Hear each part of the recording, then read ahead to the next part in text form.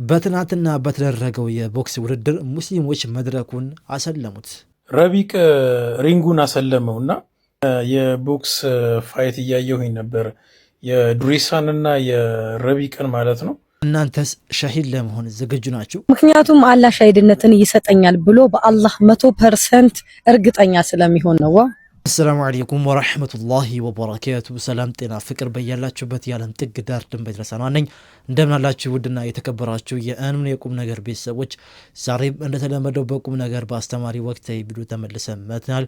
ሁላችሁም ይህንን ቪዲዮ ላይክ አድርጋችሁ ብትጀምሯት መልካምና ሸጋ ነው። ወደ ዛሬ ቪዲዮአችን ስንገባ የዛሬ ቪዲዮ የምንጀምርበት ቪዲዮ ትንሽ ለአይን ከበድ ስለሚል ምናልባት ራት ምሳም ቁርስም ወይም ነገር እየተጎነጫችሁም ያላችሁ ሰዎች ካላችሁ ለትንሽ ደቂቃ ምግቡ መመገብ ታቆማላችሁ። አሊያም ደግሞ ከምግቡ በኋላ ይህንን ቪዲዮ ተመልከቱት። ትንሽ ደበር ስለሚለው እስቲ ቪዲዮን እንጀምረው። 1 2 and 3. What the fuck? Oh no! Oh my god! Oh no! Oh no!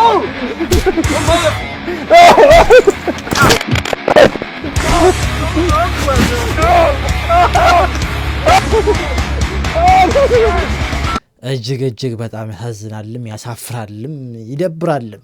ሀይቃ ይህን ቪዲዮ አይታችሁ ምናልባት አሁን ዝግንን ያላችሁ ሰዎች ትሞራላችሁ። ምክንያቱም በእኛ በኢስላሞች ቤት እንደዚህ አይነት ቪዲዮ ማየት ወይ እንደዚህ አይነት ዘጊ ነገር ማየት በጣም ያሳዝናልም ያሸማቃልም። ምክንያቱም ጦሃራ የሚባል ነገር አያውቁትምና ማለት ነው። ታውቃላችሁ በእኛ ሀገር ላይ እነዚህ ቂጣጣቢዎች እንደዚህ ነገሮች ምናምን ሲሉ ይከርማሉ። የኛ ሽንት ቤት ዋይደን ስንገባ ያን ነገር ለመጠየፍ ይፈልጋሉ። የሚጠየፉት ከምን አንጻር ነው? ያው ንጽህናን ካለመውደድ አንጻር ነው። ከእስልምና ውጭ ያሉት አብዛኞቹ ብዙዎቹ ሳይሆኑ አብዛኞቹ ሰዎች ምንድናቸው? ንጽህናን ስለማይወዱት እኛ በንጽህናችን ሊኮኑን ሊያሸማቁን ይፈልጋሉ። ግን የሚያሸማቅቅ ነገር አልነበረም። እንዲህ የሚያሳፍር የሚያዋርድ ነው። እንዴት እንደሆነ አያችሁት? ልክ የውስጥ ልብሱ ሲወጣ ማለት ነው ካካው ልብሱ ላይ ተለጥፏል። እነዚህ ሰዎች አውሮፓ ናቸው። እንግዲህ ንጽህና የሚባለው ነገር ጥግ ድረስ አለ የሚባልበት ሀገር። እነሱ እጃቸውን ታውቃላቸው ነገር ከነኩ ጀርም ምናምን ነገር አለ ብለው የሚታጠቡ የሆነ ነገር ካደረጉ አልኮል ቶሎ የሚቀባቡ ሰዎች ናቸው። ንጽህናቸው ጥግ ድረስ ይጠብቃሉ የሚባሉ።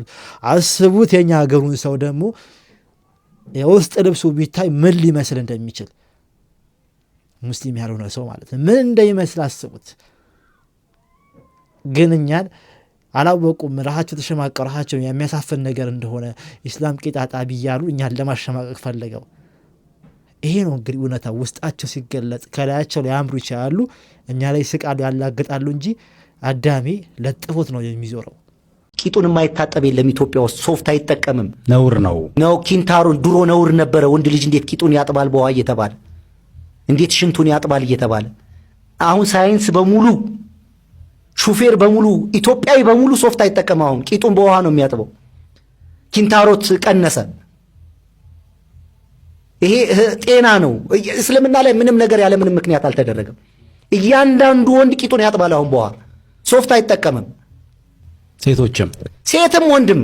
ሴት አሁን ምንድነው ቀሪቦ ነው የሚባለው በእኛ ስትሄድ እስላም ነህ እንዴ ምናምን ይባል ነበር። ወንድ ልጅ እንዴት ዋይዞ ይሄዳል? ባል እንዴት ቁጭ ብለህ እንደ ሴት ትሸናለህ ይላል። አሁን ሁሉ ቁጭ ብሎ ነው የሚሸናት። እንደ ሴት ልጅ ቁጭ ብሎ ይሸናሉ ይላል። ሽንት እስቲ ዝም ብለህ ሽናው። ልብስ ላይ በሙሉ እኮ ነው የሚዝረከረከው። ጫማ ምናምን ልብስ ነው የሚበላሸው። ምን ያህል ለንጽህና! ይሄ የሰው እውቀት አይደለም። ይሄ የተፈጥሮን ስርዓት ነው በቁርአን አስቀምጠውልን። ይሄ ቁጭ ብለህ ስሸና ልብስህን አይነካህም። በውሃ ስትታጠብ ኪንታሮት አትያዝም።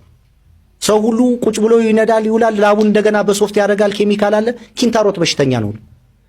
ሃይማኖት ሐኪም ቤት ስትሄድ በምንድን ነው ሶፍት አትጠቀም በውሃ ታጠብ ይላል። ከየት አምጥቶት ነው? የዛሬያን እስልምና ሲለው ወንጀል ነው፣ ሳይንስ ሲል ግን ትቀበላለህ። ሐቂቃ የትኛው እምነት አለኝ የሚል ሰው ከኢስላም ጎን መቆም አይችልም በሐቅ ጉዳይ ላይ በጭራሽ። አሁንም ንጽህና በሚባለው ነገር ላይ ማንኛውም እምነት የሚከተል ሰው የኔ እምነት እኮ በንጽህና ጉዳይ ላይ ከእናንተ ይሻላል ብሎ ከፊት ለፊት ሊቆምህ አይችልም። በጭራሽ ነው የማይችለው። የትኛውም ዓለም ላይ ያለ እምነት ማለት ነው። ኢስላም ለንጽህና የሰጠው ቦታ ከፍተኛ ነው። የንጽህና ምንድነው? የኢማን ግማሽ ክፍል ነው ይባላል። አልহামዱሊላህ ረብል ዓለሚን አለ ኒዕመተ الاسلام። እስቲ አመስግኑ። ሌላ የምታመሰግኑበት ቪዲዮ ላሳያችሁ። እሺ በዚህ ካላመሰገናችሁ ሌላ እስቲ የምታመሰግኑበት ልስጣችሁ።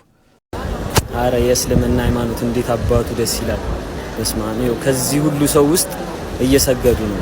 መብርሃንን ነው ማለት እያያችሁ ነው። ይሄ ሁሉ ሰው አለ። በቃ መቼም ቢሆን ሰላት ሰዓት አይዝረሳም። መቼም ቢሆን እያያችሁ ነው።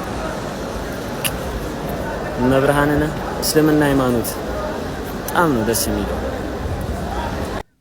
አልহামዱሊላህ ረብል ዓለሚን አለ ኒዕመተ الاسلام። አሁን ካላመሰገንክ ምንም እንግዲህ ልረዳ አልችልም። ሐቢቢ አመስግን። ሐቂቃ ይህ ማንኛውም ሰው ማለት ነው ማንኛውም ሰው የሚቀናበት ምን ነው የዛ ዲን ባለቤት ከነሱ ጎን በእንኩኝ የሚባልበት ዲን ያለን አፍሮ ተሸማቆ ቤተሰብ ጓደኛ ይለኛል የሚል እንጂ እያንዳንዴ ማለት ነው ለእስልምና ያለው ፍቅር እስልምና ሐቅ መሆኑን ውስጣቸው ይገነዘባል፣ ያውቃል። አልহামዱሊላህ ረብል ዓለሚን አለ ኒዕመተ الاسلام። ይሄ ደግሞ የሆነው ትናንትና ቦክስ ውድድሩ ቦታ የነበረ ቦክስ ውድድሩ ላይ እንደተፈጠረ ብዙ ነገር ተፈጥሯል። ረቢቅ ሪንጉን አሰለመውና የቦክስ ፋይት እያየሁኝ ነበር። የዱሪሳንና የረቢቅን ማለት ነው በጣም ስጠብቀው ነበር ባይዚ እና ረቢቅ ልጁን የዘረረበት መንገድ ከዛ በኋላ ካሸነፈ በኋላ ደግሞ ተክቢራው ሰለዋቱ በቃ ሪንጉ አሰለመው አልኩ። ይህ ልጅ አላህ ይጨምርልህ። አላሁ አክበር። በጣም ነው ደስ ያለኝ፣ የምር ነው የምላችሁና በዚህኛው ፋይት ነው ማየት የጀመርኩት። በቃ ጨርሼ ነው የምተኛው። መድረኩ በሸሐላና በተክቢራ እንዲሁም በስጁድ ሰልሞ ነበረ። በርካታ ነገሮች አነጋጋሪ የነበሩበት ክስተት ነበር ትናንትና። ያው ከሸሪዓ አንፃር ይህንን ቦክስ የሚያወግዙትም ዑለሞች አሉ። እዛ ቦክሱ ሳይሆን እዛ ቦታ የነበሩ አስገራሚ ክስተቶች ነበሩ እናልፈዋለን። የኳላ የምትመለከት ወንድማችን እንግዲህ በ100 ቢሊዮን የሚቆጠር ብሮች እንግዲህ ወደ ስልኬ ገብቶልኛል፣ ድንገት ቴክስት አድርጎልኛል ብሎ ተናግሯል። ምስክርነት ተሰጥቷል በአንድ የሃይማኖት ስፍራ። የገባልኝም ገንዘብ እጅግ በጣም ብዛት ስላላቸው ዜሮዎቹ እጅግ በጣም ስለበዙልኝ ለመቁጠር ብዙ ሰዎች ተቸግሯል ብሏል። የብሩ መጠን እንግዲህ ኳላ የምትመለከቱት የብር መጠን ነው። ቴክስቱን እያሳየ ነው እንግዲህ እንደምትመለከቱት 100 ቢሊዮን ያለው ነገር ግን ዜሮዎቹና ቁጥሮቹን ቁጥራቸው ከ18 እና ከ17 በላይ ናቸው። ቁጥሮቹንም ቆጥረን እንግዲህ የዜሮ መጠናቸውን ስንመለከት የቢሊዮን 9 ዜሮዎች ብቻ ነው ያሉት። እሱ ግን ተላከልኝ ብሎ ሜሴጁን ያሳየው የብር መጠን እንግዲህ በሁለቱ መካከል ነው። ማለትም በኳድሪሊየን እና በኳንቲሊየን ለመጀመሪያ ጊዜ ነው ቁጥር ስጠራው ማይዘው። እናም የግለሰብ ተላከልኝ ያለው የብር መጠን እንኳን እኛ ኢትዮጵያኖች አይደለም እንደ ጠቅላላ ኢትዮጵያኖች አይደለንም በአለም ላይ ቁጥር 1 ባለ ሀብት የሆነው ኢሎን መስክ ራሱ ይሄንን የብር መጠን የለው። አይኖ ረዳለው ፈጣሪ ነው ገንዘብን የፈጠረውና ይሄን ነገር ለማድረግ ለሱ አይከብድም። ነገር ግን በዚህ መልኩ ሃይባ ያጣው ስራ መሰራቱ እጅግ በጣም ነው የሚያሳዝነው። የነስ ብዛት ባለው ሰው መካከል ለዚህ ምስክር የሚሰጡና ምስክርነቱን የሚሰሙ ሰዎች ለማጣራት ጊዜ የላቸውም ወይ? እንደዚህ አይነት ቁጥር ለምንድን ነው የሚደፍሩት? በዛ ዙሪያ ያሉ ሰዎችና የሚከተሉ ሰዎችስ አሚን ብለው የሚቀበሉ ሰዎች እንዴት ይሄንን ነገር ማገናዘብ አቃታቸው? እንደዚህ አይነት ተግባሮችስ ማለትም ብዙ ሰው በሆነ ወቅት ፋይናንሻል ኒድ ባለበት ጊዜ እንደዚህ አይነት ተግባሮች ምን ያህል ሰዎችን ሊያሳስቱ ይችላሉ? ይሄንስ ነገር እንዴት ተመለከታችሁት የሚለውን ኮሜንት ላይ አስቀምጡልኝ። ይገርማል። ስህተት ሊፈጠር ይችላል በእንደዚህ አይነት አጋጣሚዎች። ነገር ግን ያንን ነገር ቀርጾ ከእንደገና ሶሻል ሚዲያ ላይ ፖስት ማድረግ ራሱ ብዙ ሰዓት ነበር ሪላይዝ ለማድረግ ይሄንን ነገር ስህተት መሆኑን ለማመን ማለት ነው። ነገር ግን ብዙዎች ካላቸው ድፍረት የተነሳ እንደዚህ አይነት ተግባሮች ያረጋሉ። እጅግ በጣም ኃይል ይባል የሚገባው ነገር ነው። ሀሳባችሁ ኮሜንት ላይ አስቀምጡልኝ። እኔ በጣም ነው የገረመኝ። እኔ በጣም ተገርም ያለው በሀገራችን እንዲሁም ዓለማችን እንኳን ሰምተው በማታውቁ ሁኔታ ኳድሪሊየን ማለት እንግዲህ የዓለማችን ቁጥር 1 ባለሀብት ኤለን መስክ የሚስተካከል አሊያን የሚበልጥ አዲስ ባለሀብት ከሀገራችን ተፈጥሯል እየተባለ ያለው በምን እንግዲህ ሚራክል የሚባል ይሄ ዝም ብሎ ታሰሩ ምናምን ነገር በቃ ጌታ ያስገባዋል ነገር የሚሉት ነገር አለና መሰረቱ ውሸት። ሰዎቹ የውሸት ምን ይሻላቸዋል? ምን ይሻላቸዋል እነዚህ ሰዎች? በዚህ ጉዳይ ላይ ምን ትላላችሁ? ሐቂቃ በጣም እኔ እስከ መቼ እንደሚጃጃሉብን አላውቅም። ሰው ሞት እንዳለ ረስቷል። ሐቂቃ ሞት ያለበት ሰው ነገ ፈጣሪ አለ የሚል ሰው አለ። ነገ ሁላችንም እንግዲህ ክርስቲያኑም ሙስሊሙም ነገር እንቀሰቀሳለን ብለን እናስባለን አለ። እንደዚህ አይነት ውሸት እየዋሹ ያን ነገር እንዴት ነው